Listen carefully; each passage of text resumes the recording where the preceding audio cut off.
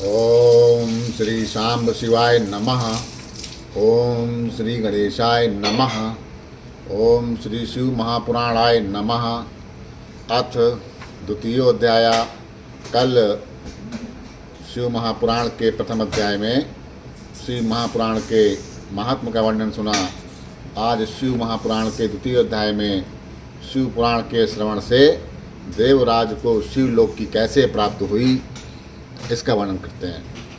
शौनक जी कहते हैं, सूत सूत महाभाग धन स्तवम परमार्थवित आदतेयम कथा दिव्य श्राविता कृपयाहिनः। शौनक जी कहते हैं कि हे महाभाग सूत जी, आप धन्य हैं, परमार्थ तत्व के ज्ञाता हैं। आपने कृपा करके हम लोगों को यह बड़ी अद्भुत एवं दिव्य कथा सुनाई है। आओ आघौग विध्वंस करी मन शुद्धि विद्यायनी शिव संतोष जननी कथेयम ना सुतादुतः। हमने यह पापनाशनी मन को पवित्र करने वाली और भगवान शिव को प्रसन्न करने वाली अद्भुत कथा सुनी। एतत् कथा समानाम ना भुवि किंचित परमात्म परम निश्चयनेति विज्ञात इसमा विकृपया तब। भूतल पर इस कथा के समान कल्याण का सर्वश्रेष्ठ साधन दूसरा कोई नहीं है।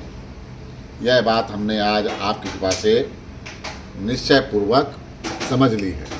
हे सूत जी, के विदधन तनया कथया पापनी कलौ वदतान कृपया सूत कृत्यात् भुवनम कुरो। कलयुग में इस कथा के द्वारा कौन कौन से पापी शुद्ध होते हैं उन्हें कृपा पूर्वक बताइए और इस जगत को कृतार्थ करिए। तब सूत जी कहते हैं, हे मानवः कृपा पाप कृतो दुराचारता खला कामादिनिरतः नित्यम ते यापि शुद्ध तनेव वे। हे मुने, जो मनुष्य पापी दुराचारी खल तथा काम क्रोध आदि में निरंतर डूबे रहने वाले हैं वे भी इस पुराण से अवश्य शुद्ध हो जाते हैं। ज्ञान यज्ञ परोयम वह भुक्ति मुक्ति प्रदा सदा शोधना सर्व पापा नाम सिंह संतोषकार का। तस्नाकुला सत्यहीना पित्त मात विदूषका दम्बिका हिंसका ये चाता ते यापि शुद्ध तने वै। स्वावर्णाश्रम धर्मभ्यो वर्जिता मत सरान्विता ज्ञान यज्ञेन तेनेन संपुन्नन्ति कलावपि। यह कथा वास्तव में उत्तम ज्ञान यज्ञ है जो सदा संसारिक भोग और मोक्ष को देने वाला है, सभी पापों को नष्ट करने वाला है और भगवान शिव को प्रसन्न करने वाला है। जो अत्यंत लालची सत्यविहीन अपने माता पिता से द्वेष करने वाले पाखंडी तथा हिंसक वृत्ति के हैं वे भी इस ज्ञान यज्ञ से शुद्ध हो जाते हैं। अपने वर्णाश्रम धर्म का पालन न करने वाले और ईर्ष्याग्रस्त लोग भी कली काल कलयुग में इस ज्ञान के द्वारा पवित्र हो जाते हैं। छलच्छदकरः ये चा क्रूरा सुनिर्दयः ज्ञान यज्ञेन तेनेन संपुनन्ति कलावपि। ब्रह्मा स्वापुष्टा संततं व्याभिचारता यश्चिये ज्ञान यज्ञेन तेनेन संपुनन्ति कलावपि। सदा पाप्रता ये चेहे सदा यश दुराशया ज्ञान यज्ञेन तेनेन संपुनन्ति कलावपि। मलिना दुर्दयो तुया शान्तः देवता द्रव्य भोजिना ज्ञान यज्ञेन तेनेन संपुनन्ति कलावपि। जो लोग छल कपट करने वाले हैं,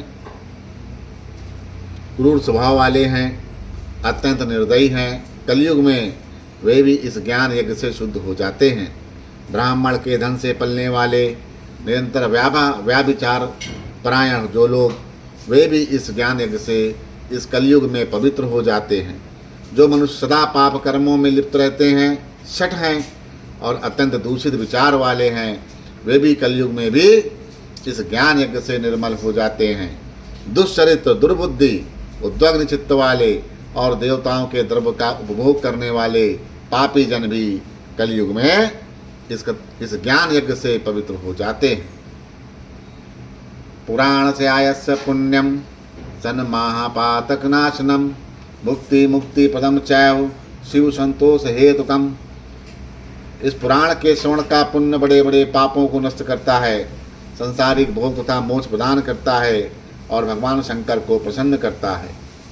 अत्रेय वोदहरन्ति ममीतावसां पुराणतम यस्य श्रवण मात्रेण पाप हानि वर्तम। इस संबंध में मुनिगण इस प्राचीन इतिहास का उदाहरण दिया करते हैं, जिसके श्रवण मात्र से पापों का पूर्णतया नाश हो जाता है। आसीत किरात नगरे ब्राह्मणो ज्ञान दुर्लभा दरिद्रो रस विक्रेता वेद धर्म परांग मुखम। संध्या स्नान परिभ्रष्टो वैश्यवृत्ति परायण देवराज इति ख्यातो विश्वस्त जन्मचक्का। सा विप्रान क्षत्रियान वैश्यान शूद्रांश चापि तथा परान हत्वा नानानि शनैव तद्वन परार्ता। अर्धमार्ध बहुवित्तानि पश्चात्तेनार्जितानि वै नाधर्माय धनं तस्य स्वल्पञ्च पीह पापिना।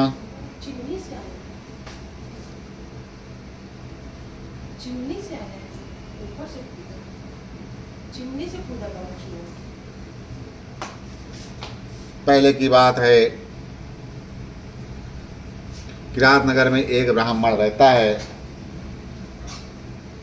तथा जो अज्ञानी दरिद्र इस रस बेचने वाला तथा वैदिक धर्म से विमुख था, वह स्नान संध्या आदि कर्मों से भ्रष्ट हो गया और वैश्य वृत्ति में तत्पर रहता था। उसका नाम था देवराज। वह अपने ऊपर विश्वास करने वाले लोगों को ठगा करता था। उसने ब्राह्मणों, क्षत्रियों, वैश्यों, शूद्रों और दूसरों को भी अनेक बहानों से मारकर उनका धन हड़प लिया। बाद में उसने अधर्म से बहुत सारा धन अर्जित कर लिया, परंतु उस पापी का थोड़ा सा भी धन कभी धर्म के काम में नहीं लगा। एक दैक तरागे था स्नातुम यातो महीसुरा वेश्यानाम शोभावती नाम दुष्टवः तत्रात विला।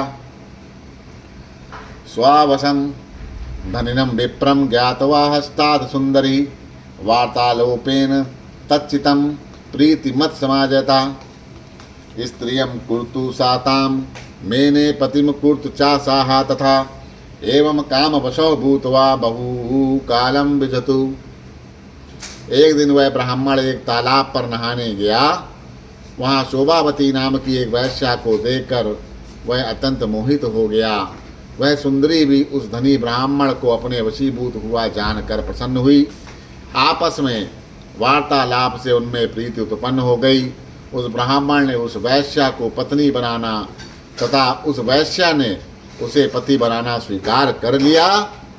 इस प्रकार कामवश होकर वे दोनों बहुत समय तक विहार करते रहे। आसने शयने पाने भोजने क्रीडने तथा दंपतीव सदा दौतु वावृताते परस्परम। मात्रा पित्रा तथा पत्निया वारितो या भी पुनः पुनः नामयंत वतस्तेषाम पापवृत्ति परायणा। बैठने सोने खाने पीने और क्रीड़ा में वे दोनों निरंतर पति पत्नी की तरह व्यवहार करने लगे। अपने माता पिता और पत्नी के बार बार रोकने पर भी कृपा पाप कृत्य में संलग्न वह ब्राह्मण उनकी बात नहीं मानता था। एक दर्श्य वासाद रात्रौ माता राम पितरम वधूम प्रसूप्तान नैवदीत दष्टो धनम तेषां तथा हरत। आत्मनीन धनम यच्चः पित्रादीनानां तथा धनम वैश्याय दत्तवान सर्वकामी दद्गता मनसा। सोबच्च बच्च का पापी मदिरापान लालसा एक पात्रे सदा भवचीत सा वैश्यो ब्राह्मणा धाम। एक दिन रात्रि में उस दुष्ट ने ईर्ष्यावश अपने सोए हुए माता पिता और पत्नी को मार डाला और उनका सारा धन हर दिया। वेश्या में आसक्त चित्त वाले उस कामी ने अपना और पिता आदि का सारा धन उस वैश्या को दे दिया।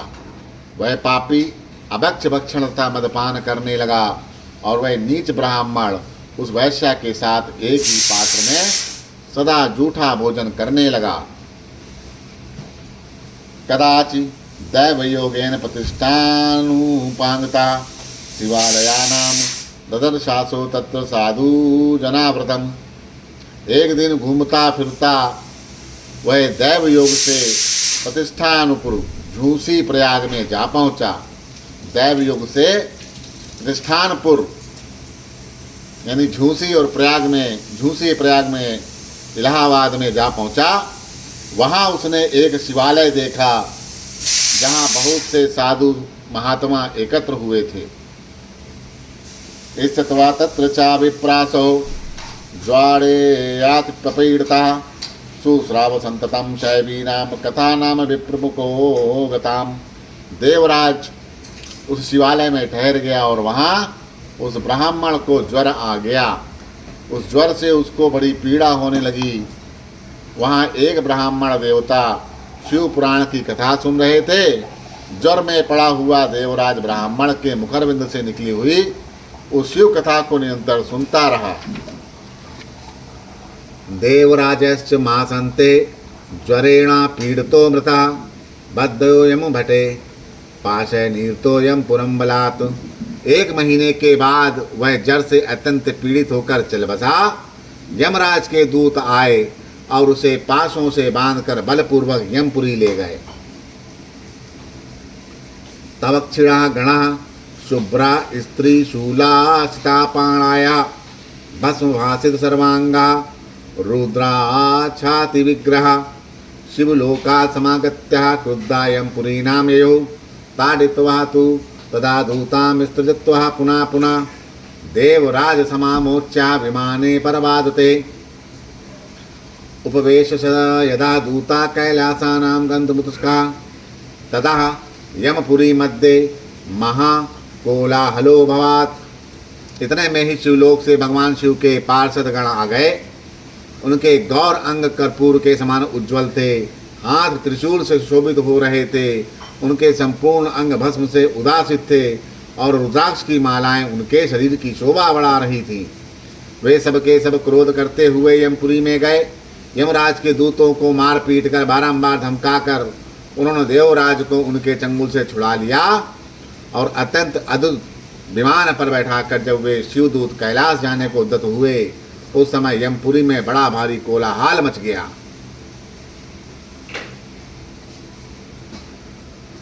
धर्मराजास्तु तां श्रुत्वा स्वालयाद् बहिरागमत् दृष्ट्वाथ चतुरो दूतान् साक्षात् रुद्रानिमापरान् पूजयामास धर्मज्ञो धर्मराजो यथाविधि। उस कोलाहल को सुनकर धर्मराज अपने भवन से बाहर आए। साक्षात दूसरे रुद्र के समान प्रतीत होने वाले उन चारों दूतों को देखकर धर्मज्ञ धर्मराज ने उनका विधि पूर्वक पूजन किया। ज्ञानेन चतुर्षा सर्ववृत्तान्तं ज्ञातवान् यमः न भयात् पुष्टवान् किंचिच्च भूतवान् महात्मनः। यम ने ज्ञान दृष्टि देखकर सारा वृत्तांत जान लिया। उन्होंने भय के कारण भगवान शिव के उन महात्मा दूतों से कोई बात नहीं पूछी। पूजिता प्रार्थितास्ते वै कैलास समंगमासदा ददु शिवाय सांबाय तम दयावारिराशे। यमराज से पूजित तथा प्रार्थित होकर वे शिवदूत कैलाश को चले गए और उन्होंने उस ब्राह्मण को दया सागर शाम्ब शिव को दे दिया। दया सागर शाम्ब शिव को दे दिया। धन्या शिव पुराणस्य कथा परम पावनी यस्यः श्रवण मात्रेण पापी यानापि मुक्तिभाक्। सदा शिव महास्थानं परम धाम परम पदम यदा पूर्वेदाम विद्वांसः सर्वलोक परिस्थितं ब्रह्माणा क्षत्रिया वैश्या शूद्रा अन्येऽपि प्राणिनः हिंसिता धनलोभेन बहवो येन पापिनः मात पिता वधूहंता वेश्यागामी च मदपः देवराजो द्विजिस्तत्र गतवा मुक्तो भवच्छलात्। शिव पुराण की ये परम पवित्र कथा धन्य है। जिसके सुनने से पापी जन भी मुक्ति के योग्य बन जाते हैं। भगवान सदाशिव के परम धाम को वेदज्ञ सभी लोकों में सर्वश्रेष्ठ बताते हैं। ब्राह्मण, क्षत्रिय, वैश्य, शूद्र तथा अन्य प्राणी, यहाँ तक कि जिस पापी ने धन के लोभ से अनेक लोगों की हत्या की और अपने माता पिता और पत्नी को भी मार डाला, वह वैश्यागामी शराबी ब्राह्मण देवराज भी इस कथा के प्रभाव से भगवान शिव के परम धाम को प्राप्त करके तत्क्षण मुक्त हो गया। ओम इति श्री स्कांदे महापुराणे शिव महापुराण महात्मय देवराज मुक्ति वर्णनम नाम द्वितीयोध्याय।